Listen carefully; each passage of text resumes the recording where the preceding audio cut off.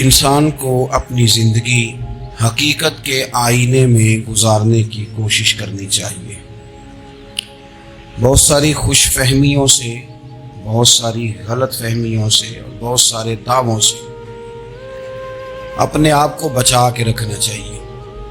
اللہ تعالیٰ کی رحمت پر امید رکھنا، نبی پاک صلی اللہ تعالیٰ علیہ وسلم کی شفاعت کی امید رکھنا، نیک اور صالحین کی نسبت کی امید رکھنا، یہ برا نہیں، یہ بڑا ہی بہترین ہے، یہ بڑا ہی خوبصورت عمل ہے، اس کی بہت ساری برکات ہیں۔ لیکن کسی غلط فہمی کا شکار ہو جانا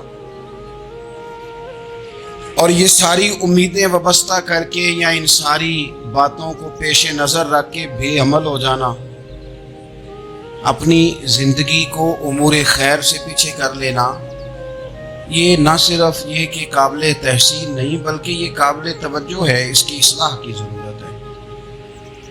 قرآن مجید سورہ بقرہ سے جو آیہ کریمہ میں نے تلاوت کی ہے، اس میں اللہ تبارک و تعالیٰ نے اسی بات کا ذکر اہل یہود کے لیے فرمایا ہے۔ یہودی جگہ جگہ قرآن مجید بتاتا ہے کہ کہیں کہتے تھے کہ ہم اللہ کے بیٹے ہیں، معاذ اللہ، اللہ کے بڑے پیارے ہیں، ہمیں تو تھوڑے دنوں کے لیے عذاب ہوگا، بڑی جلدی ہمیں معاف کر دیا جائے گا۔ وہ بڑی لمبی چوڑی خوش فہمیوں کا اظہار کرتے اور بڑے بڑے دعوے کرتے۔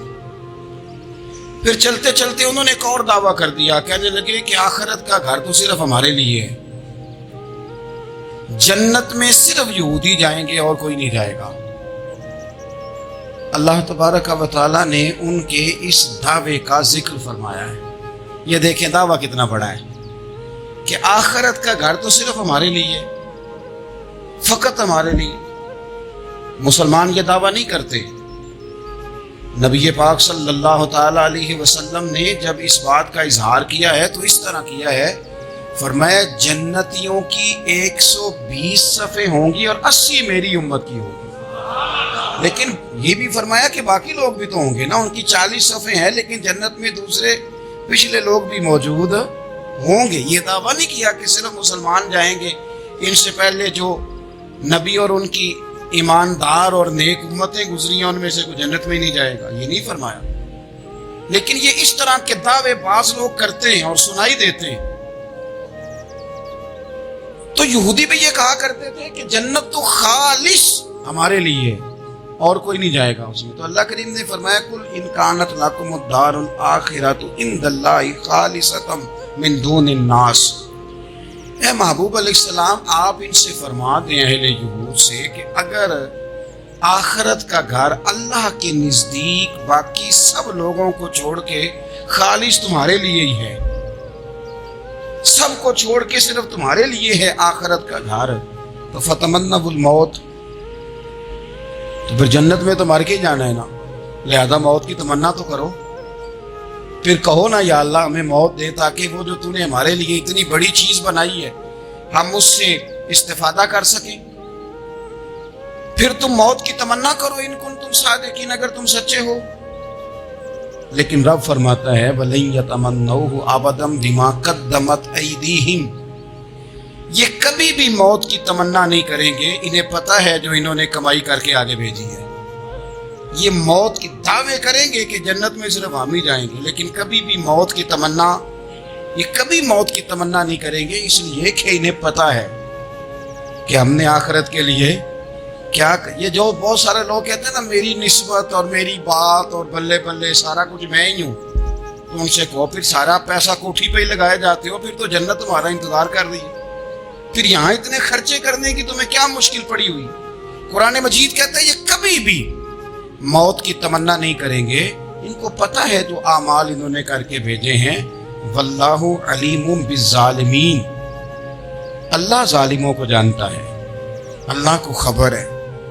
میرے نبی پاک صلی اللہ تعالی علیہ وسلم نے فرمایا اگر یہودی موت کی تمنا کرتے، جب ان سے کہا گیا تھا نا کہ اگر آخرت کا گھر خالص تمہارے لیے ہے تو موت کی تمنا کرو، اگر اس مقام پر وہ موت کی تمنا کرتے تو اسی وقت سارے مر جاتے، ختم ہو جاتا معاملہ۔ اگر تمنا کر لیتے، تمنا ہی نہیں کریں گے، خوش فہمیوں میں مبتلا ہونا، بڑی بڑی باتیں کرنا، بڑے بڑے دعوے کرنا، بڑے بڑے تذکرے کرنا، بڑی بڑی اعلانیہ گفتگو کرنا اور اپنے ہی خیال میں بڑا کچھ بن جانا، یہ سنجیدہ لوگوں کا طریقہ نہیں۔ میں نے کچھ آستانے اپنی آنکھوں سے دیکھے، وہ کہتے ہیں جناب ہمارے حضرت کی نسبت اور حضرت ساتھ بیٹھے مسکرا رہے ہیں، اتنی دیدہ دلیری تو نہیں نہ ہونی چاہیے۔ آپ اپنے سامنے سارا کچھ اپنے آپ کو کہلوا رہے ہیں، شیخ ہلکا ہلکا مسکرا رہے ہیں، ان سے پوچھیں تو کہتے ہیں جی میں تو نہیں کہتا، تو آپ کہتے نہیں تو منع کیوں نہیں کرتے؟ آپ خوش فہمیوں میں، نعت خواں کھڑا ہوا ہے تو اس نے نسبت کی بات شروع کیا تو اللہ جانے وہ کدھر کا کدھر پہنچ گیا ہے۔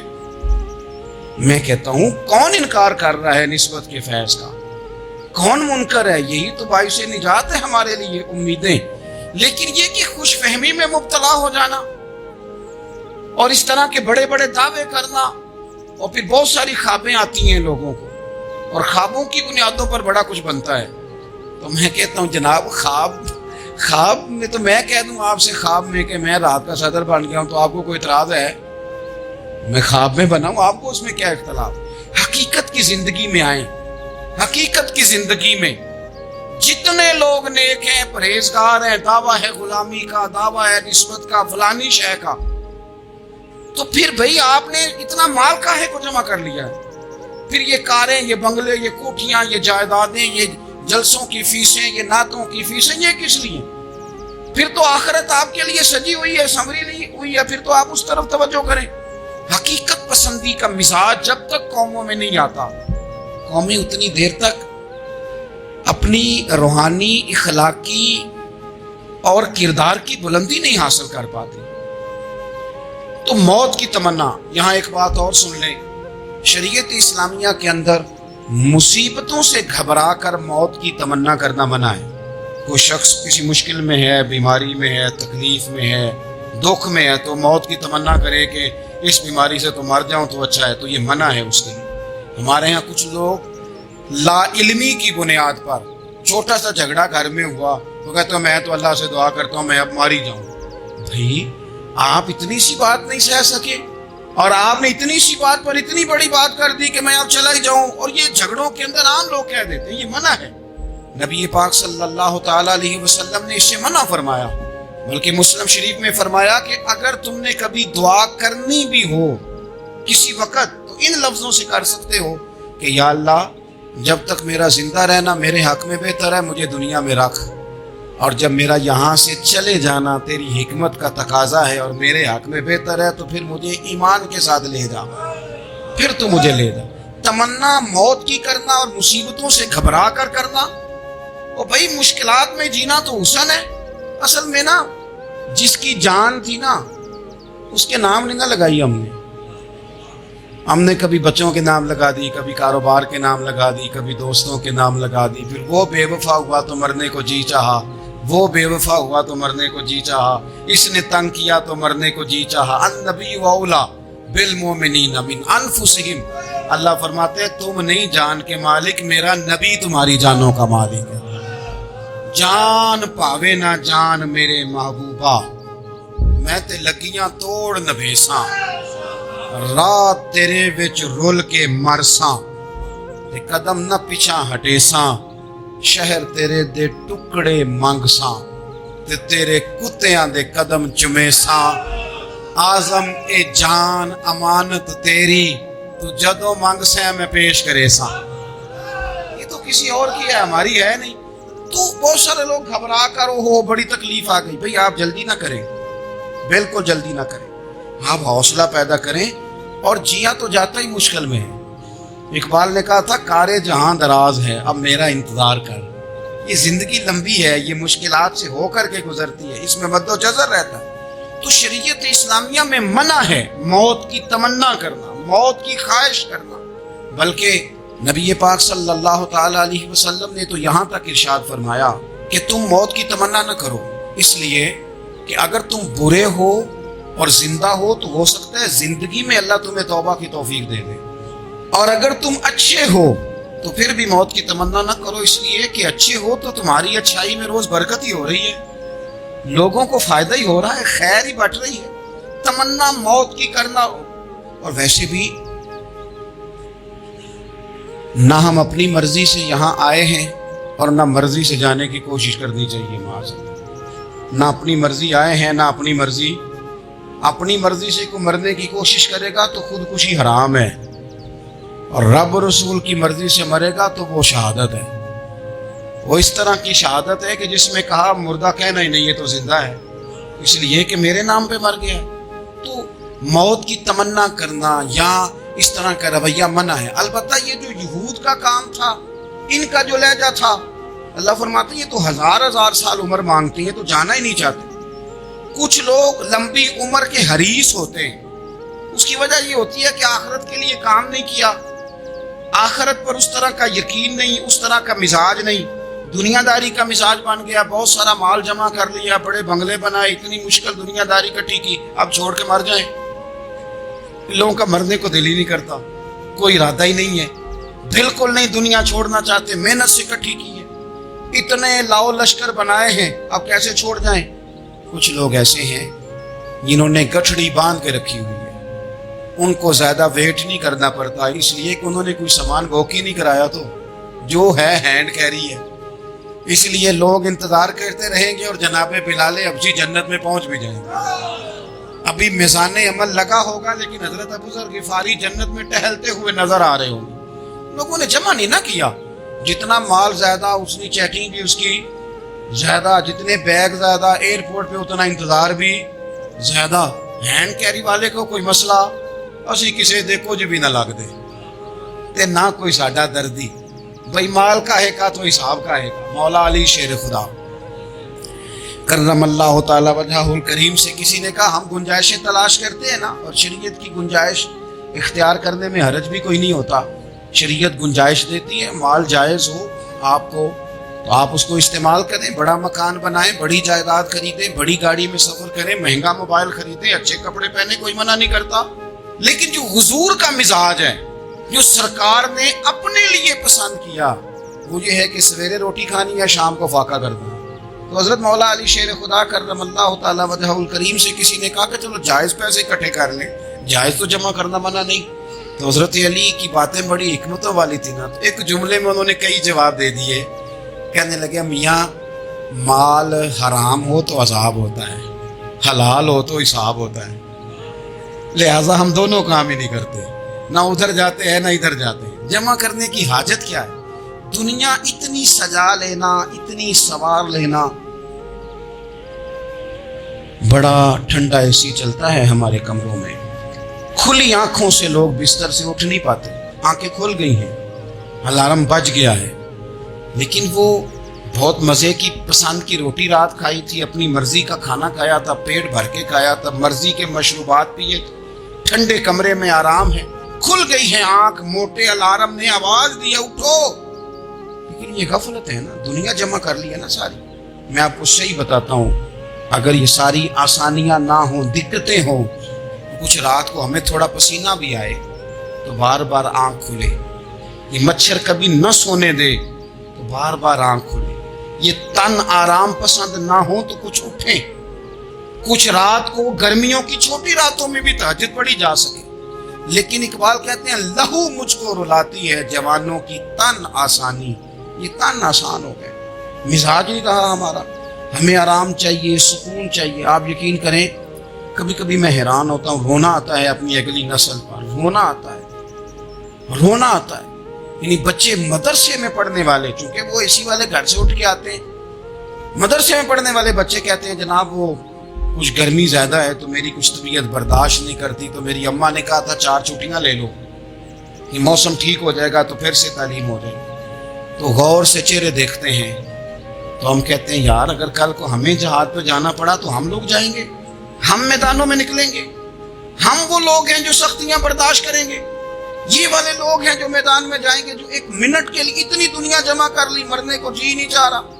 حضرت شاہ فرید الدین عطار رحمۃ اللہ علیہ کہتے ہیں میں بڑا مہنگا کاروبار کرتا تھا، عطر بیچتا تھا، مہنگا کاروبار ہے نا، عرب شریف کے اندر آپ جائیں تو جہاں سونے والی دکان ہوتی ہے اس کے ساتھ خوشبو والی دکان ہوتی ہے، مکہ مکرمہ میں دیکھ لیں، مسجد نبوی میں دیکھ لیں، مہنگا کاروبار ہے، اور اب میرا بزنس تھا، کاروبار تھا۔ تو آپ فرماتے ہیں کہ ایک دن ایک بزرگ آ گئے، انہوں نے ایک شیشی دیکھی، خوشبو سونگی، دوسری، تیسری، چوتھی، اچھے سیل مین آگے بڑھ کے خود کہتے ہیں آپ کو کیا چاہیے. میں نے بھی کہا بابا جی کیا چاہیے مجھے بتائیں, کیا دیکھ رہے ہیں؟ تو بابا جی بڑے دھیمے ٹھنڈے اور حوصلے والے لہجے میں کہنے لگے, پتر دیکھ رہا ہوں تیری جان بڑی مشکل سے نکلی. تو میں نے کہا وہ کیوں؟ کہنے لگے اتنی مہنگا مہنگا تو نے مال جمع کیا ہے, کبھی مرنے لگے گا تو یہ یاد آئے گا, کبھی وہ یاد آئے گا, کبھی سادہ کر لیں اس کو سادہ کر لیں, کبھی اس سوسائٹی والا پلاٹ یاد آئے گا, کبھی ادھر والا یاد آئے گا, کبھی لاہور والا یاد آئے گا. کہاں مرنے کو جی چاہتا ہے. اور پھر ایک اور دھوکہ ہے, میں بچوں کے لیے کر رہا ہوں. بچوں کے نام تو ایک دھیلا بھی نہیں, وہ تو سارا آپ کے اپنے نام ہے. ایسے ہی بہانہ بنائے ہوئے بچوں, کس بچے کے نام؟ بچے نے تو 50 دفعہ کہا ہے کہ وہ ایک دکان بھیج دو, میں نے کام کرنا ہے. تو ابا کہتا مراں گا تو تاں بکے گی. کہاں بچوں کے لیے؟ کون کہتا ہے بچوں کے لیے؟ یہ تو خواہشات ہیں جن پر ہمارا اپنا قبضہ ہے. ہر کنجی تو ہماری جیب میں. کون کہہ رہا ہے؟ وہ تو کبھی جا کے ملے گا ان کو جب موقع آئے گا. تو کہا یہ اتنا مال جمع کیا ہے, تم پتر تیری جان تو مشکل سے نکلے گی. تو کہتے ہیں میں دنیا دار تھا, دنیا دار کو نصیحت کریں تو وہ غصہ کرتا ہے, طنز کرتا ہے. کہتے مجھے غصہ آیا تو میں نے جھٹ سے کہا, لوگ کہتے نہیں تم اپنی قبریں جانا ہے, تو میں اپنی کہتے میں نے جھٹ سے کہا, میں نے کہا بابا میری جان تو مشکل سے نکلے گی تو تیری کیسے نکلے گی؟ کہتے ہیں بابا جی کہنے لگے پتر ادھر آنا ذرا. تو میں کاؤنٹر کے اوپر سے ہو کے بابا جی کے پاس آیا. وہ میری دکان کے فرش پہ لیٹے, کعبے کو منہ کیا, کلمہ پڑھا اور ان کی روح پرواز کر گئی. عرش فرشتے بانگاں ملیاں, مکے پہ گیا شور, بلے شاہ اسی نہیں مرنا, اے تے مر گیا ہی کوئی ہور, نالے وارث شاہ ہو کدوں مر دے جنہ کیتیاں نیک کمائیاں. کہا یہ دیکھ لو مر گئے, بس اتنی کام تھا, تیاری ہے. امام غزالی کا آخری وقت تھا نا, تو انہوں نے وضو کیا, غسل کیا, خوشبو لگائی, اپنے ہاتھوں سے چادر بچھائی, پھر تکیہ رکھا, پھر لیٹے, پھر حضور پہ درود پڑھا, اور پھر کہنے لگے رب اگر تیری مرضی ہے تو غزالی بھی تیرا تیار ہے. بس یہ جملے زبان پہ تھے اور روح پرواز کر دی. موت کو سمجھے ہیں غافل اختتام زندگی, یہ ہے شام زندگی, پھر صبح دوام زندگی. عزیز بھائیوں, ہم نے نا بڑی آسائشیں جمع کر لی, بڑا کچھ اپنی عقل کے زور پر ہم نے اکٹھا کر لیا. نہیں ہمارا پروگرام. کسی سے پوچھ لیں صحت کیسی ہے, تو عمر اگر اس کی بڑی اوپر بھی چلی جا رہی ہو, اب تو خیر سالگرہ میں آنے کا رواج ہر جگہ آ گیا ہے, ہم سے بھی لوگ پوچھتے ہیں کہ آپ بتائیں آپ کس تاریخ کو پیدا ہوئے تھے. تو میں کہتا ہوں کوئی کارنامہ سر انجام دے لینے دو, پھر بتا دیں گے. ابھی تو کچھ کر نہیں سکے, کچھ بتائیں گے تو کچھ دن بھی منا لیں گے. ابھی تو لگتا ہے کہ بڑا وقت ضائع ہو گیا ہم سے. تو عزیز بھائی کوئی نہیں کہتا کہ اب ٹائم آ گیا ہے, شوگر ہو گئی ہے, بلڈ پریشر ہو گیا ہے, طبیعت خراب رہتی ہے, فلانا مسئلہ ہو گیا ہے. تو تمنا موت اور موت کا ڈر اور نہ مرنے کا ارادہ اور دنیا سے دل کو لگا کے رکھنا اور ہر وقت جینے کی خواہش پیدا کرنا اور ہر وقت حالمی مزید کی دوڑ میں رہنا, وہ لوگ اس لیے تیار رہتے تھے, دعائیں مانگتے تھے شہادت کی, کہ انہوں نے نا دنیا بنائی نہیں تھی. حضرت عمر نے تو دوسرا کرتا نہیں پہنا ساری زندگی. وہ جو مکان آ رہا تھا وہی چل رہا تھا, وہ تو تھوڑے پہ قرضہ تھا ان پہ, لیکن ہر نماز کے بعد صحیح بخاری میں موجود ہے, وہ دعا مانگتے تھے اللہم ارزقنی شہادتا فی سبیلک, یا اللہ ایسا نہ ہو میں تبھی موت چلا جاؤں, مجھے اپنے رستے میں شہادت کی موت دینا. ہر نماز کے بعد دعا مانگی جا رہی, لیکن شہادت والی موت, موت کی نہیں, شہادت والی موت. اللہم ارزقنی شہادتا فی سبیلک. اور مالک مدینہ چھوڑنے کو دل نہیں کرتا, یا اللہ شہادت کی موت دینا, اور دینا بھی اپنے نبی کے شہر کے اندر, یہی رہوں, یہی میرا مدفن بنے. اللہ نے انہیں موقع دیا. آپ دیکھیں نا ان لوگوں کا دل کرتا تھا. حضرت خالد بن ولید رضی اللہ تعالیٰ عنہ ساری زندگی میدان میں گزاری, پورے جسم میں 1 انچ جگہ باقی نہیں تھی جہاں زخم نہ ہو, ساری زندگی میدان میں رہے, لیکن آخری وقت روتے تھے, فرماتے تھے اس کی بے نیازی دیکھو, میں شہادت کے لیے میدان میں رہا لیکن شہادت میرا مقدر ہی نہیں تھی. اور پھر آخری وقت بھی فرمایا میرا گھوڑا, میرے کپڑے, میری زرہ, میری تلوار یہ کسی مجاہد کو دے دینا. چلو میں اب جہاد میں نہیں ہوں تو میرا سامان تو جہاد میں رہے, کسی مجاہد کو دینا. ان لوگوں نے جتنی محنت کی نا مرنے کے بعد کے لیے کی، مرنے کے بعد کے لیے زندگی کا جو دوسرا پل ہے اس کے لیے کوشش کی، وہاں انہوں نے صدقات جمع کرائے، خیرات جمع کرائے، عبادات جمع کرائی، حسن اخلاق جمع کرایا، اچھا سلوک جمع کرایا، انہوں نے آخرت کے بینک میں ڈھیروں مال جمع کرایا، وہاں ان کے مکان بک ہوئے، جنت میں ان کے نام کی بڑی بڑی جگہیں اللہ تبارک و تعالیٰ کے فضل سے طے کی گئی، تو پھر انہیں وہاں جانے میں کوئی دشواری بھی نہیں تھی، انہیں کوئی مشکل نہیں تھی، وہ تیار تھے۔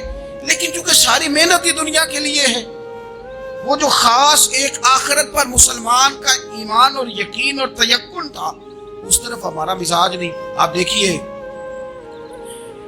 حضرت ملک الموت اسرائیل علیہ السلام نا حضرت ابراہیم علیہ السلام کی روح قبض کرنے کے لیے حاضر ہوئے، تو کہا جناب چلیے آپ کی روح لینے آیا ہوں۔ تو حضرت ابراہیم علیہ السلام فرمانے لگے اسرائیل، یہ قاضی ثناء اللہ صاحب پانی پتی رحمۃ اللہ علیہ نے اس کو تفسیر مظہری میں لکھا ہے، حضرت ابراہیم خلیل اللہ علیہ السلام فرمانے لگے اسرائیل کیا کوئی خلیل بھی اپنے خلیل کی روح قبض کرتا ہے؟ واتخذ اللہ ابراہیم خلیلا، اللہ نے تو مجھے دوست بنایا، دوست ہو کے دوست کی روح قبض کرنے جا رہا ہے۔ حضرت اسرائیل نے ارادہ چھوڑا اور حضرت ابراہیم کا وہ جملہ لے کے رب کی بارگاہ میں حاضر ہوئے، عرض کی مالک جناب ابراہیم علیہ السلام نے فرمایا ہے کہ اللہ کی بارگاہ میں عرض کرو کہ مالک کیا کوئی خلیل بھی اپنے خلیل کی روح قبض کرتا ہے؟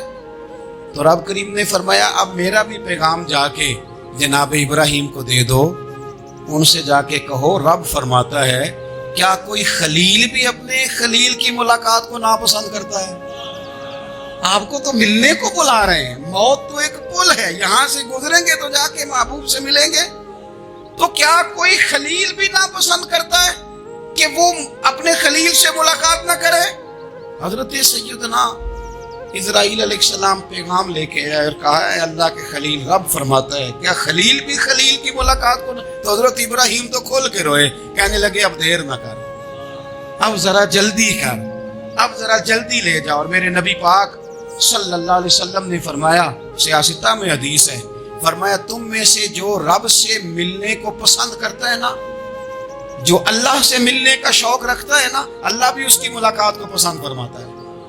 تم میں سے جو رب سے ملنے کا شوق رکھتا ہے، اقبال کیا کہتے ہیں تیرے عشق کی انتہا چاہتا ہوں، تو میری سادگی دیکھ میں کیا چاہتا ہوں، میرا ذرا سا تو دل ہے مگر شوق اتنا، میں وہی لن ترانی سنا چاہتا ہوں، مالک میرا دل کرتا ہے میں تجھ سے کہوں رب آرینی، میں تجھے دیکھنا چاہتا ہوں، اور تو مجھے کہے لن ترانی، تو نہیں دیکھ سکتا، میرا ذرا سا تو دل ہے مگر شوق اتنا، میں بھی وہی لن ترانی سنا چاہتا ہوں۔ پھر خود ہی کہنے لگے وہ بھری بزم میں راز کی بات کہہ دی، میں بڑا بے ادب ہوں سزا چاہتا ہوں۔ یہ تو سب کو بتانے والی بات ہی نہیں تھی جو میں نے بتا دی، بھری بزم میں راز کی بات کہہ، بڑا بے ادب ہوں سزا چاہتا ہوں۔ نبی کریم علیہ السلام نے فرمایا تم میں سے جو رب کی ملاقات کا شوق رکھتا ہے نا، اللہ بھی اس کی ملاقات کو پسند فرماتا ہے۔ اور فرمایا تم میں سے جس کا رب سے ملنے کا شوق نہیں نا، اللہ بھی اس کی ملاقات کو پسند نہیں فرماتا۔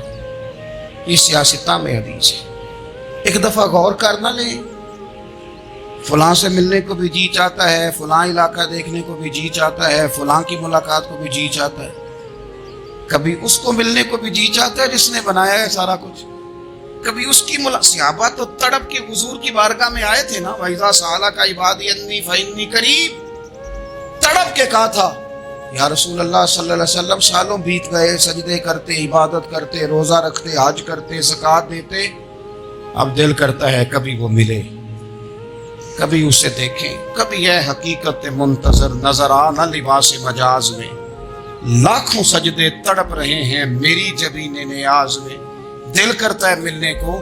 تو جب صحابہ نے آ کے حضور کی بارگاہ میں یہ عرض کی نا یا رسول اللہ رب سے ملنے کو جی چاہتا ہے، تو اللہ نے فرمایا وَإِذَا سَأَلَكَ عِبَادِي عَنِّي فَإِنِّي قَرِيبٌ، اے محبوب جب میرے بندے آپ کے پاس آ کے میرے بارے میں سوال کریں تو ان سے فرما دو میں تو ان کے قریب ہی ہوں، جب بھی دعا مانگیں گے میں ان کی دعاؤں کو قبول فرماؤں گا، میں قریب ہوں۔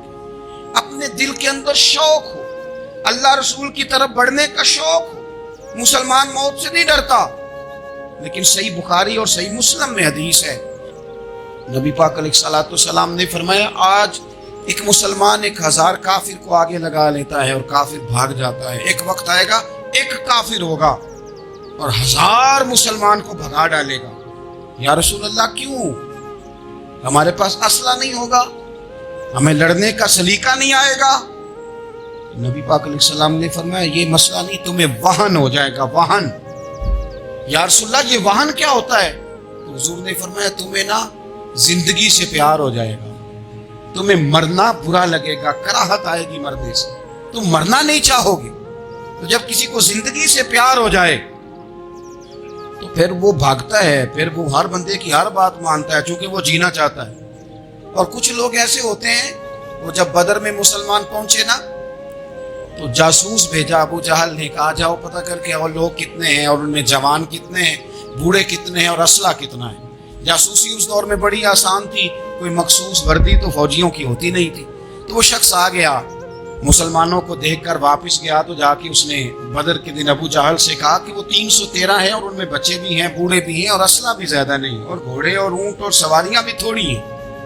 تو ابو جہل بڑا ہنسا اور معاذ اللہ کہنے لگا کیا انہیں ہم سے لڑنا ہے، تھوڑے سے تو لوگ آئے، اس طرح کرو صبح نا انہیں پشتوں پہ باندھ کے نا گھوڑوں کی تو مکے لے چلتے ہیں، وہاں جا کے دیکھیں گے ان کے ساتھ کیا کرنا ہے۔ تو وہ جاسوس کہنے لگا پوری بات تو سن لے۔ اس نے کہا پوری بات کیا ہے؟ کہنے لگا آئے 313 ہیں پر گھر واپس جانے کا کسی کا بھی ارادہ نہیں، وہ کشتیاں جلا کے آئے ہیں، میں رات وہاں گزار کے آیا ہوں، میں نے بوڑھوں کو بھی شہادت مانگتے دیکھا ہے، میں نے بچوں کو بھی شہادت مانگتے دیکھا ہے، میں نے ایک ایک کے سینے میں مر مٹنے کا جذبہ دیکھا ہے، وہ جینے کی امنگ لے کے نہیں آئے، ہتھیلی پہ رکھ کے آئے ہیں جان، اور ایک ایک شخص شہید ہو کے جانا چاہتا ہے، اور وہ ایک دوسرے کے پیچھے چھپیں گے نہیں۔ یہ جو موت ہے نا، موت یہ تو ایک پل ہے، اس سے گزریں گے، اللہ رسول کے حضور جائیں گے، جنت کی نعمتیں، خدا کی تیار کی ہوئی رحمتیں، مسلمان کا آگے بڑھ کے استقبال کریں گے۔ حضرت عمار بن یاسر رضی اللہ تعالیٰ عنہ کو زخم لگ رہا ہے میدان جہاد میں، اور تیز زخم لگ رہا ہے، سخت تکلیف میں۔ تو ایک شخص نے آ کے پوچھا کیا حال ہے؟